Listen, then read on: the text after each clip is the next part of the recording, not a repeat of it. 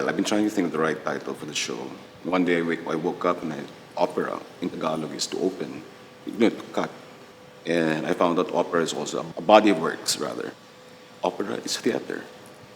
I want to be surrounded by this whole thing, not limiting myself to whether it's looking down or looking up. It's everywhere,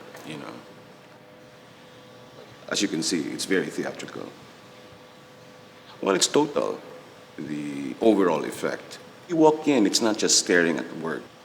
It's not limited to just a flat painting on the wall. It could be a lot more.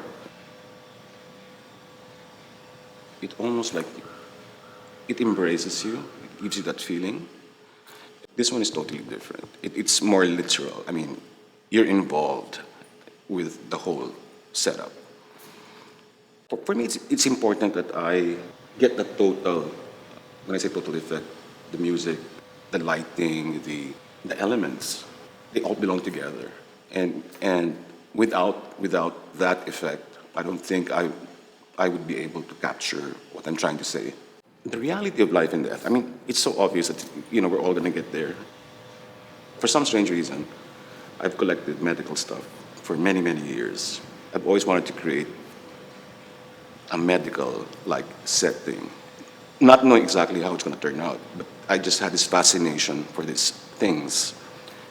I have this forte for using found objects because early on, I couldn't afford to buy the right materials, so I improvised. And it works for me. I mean, there are objects that are there existing, and it's just a matter of stretching, changing them. Sometimes we underestimate a particular medium. It could be anything. It could be styrofoam, and I could melt that and make it look like it's marble. Not just as junk. I would torch it, and literally you wouldn't know that I picked it up from trash. I've always had music connected to the show.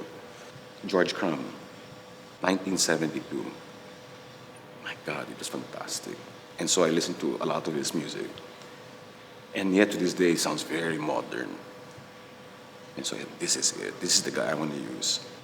People want to see it as individual pieces. I don't see it as that. It's a whole thing, Well, to me, I think the process is more interesting than the actual finished work. There's a lot of emotional thing, the drama that goes into it.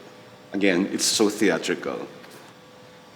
Allowing myself, I guess, to let it all out, that's quite an experience. It's painful, but yet at the same time, it's a release in a way, and they all belong together.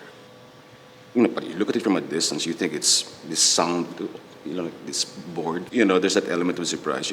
You only realize their face when you stare at it and what is it? And then all of a sudden you get, oh my God, they're all screaming faces. I guess maybe the screaming faces represents what we all have to go through in life. It's an endless scream, That is actually a chair. The syringes are like halos. That was meant to be set on. That's why I lifted it. Yeah. And then as you sit on it, the thing moves, The things we do to ourselves, the medical stuff, implanting all sorts of things. Men becoming women, women becoming men. Frankenstein lives on.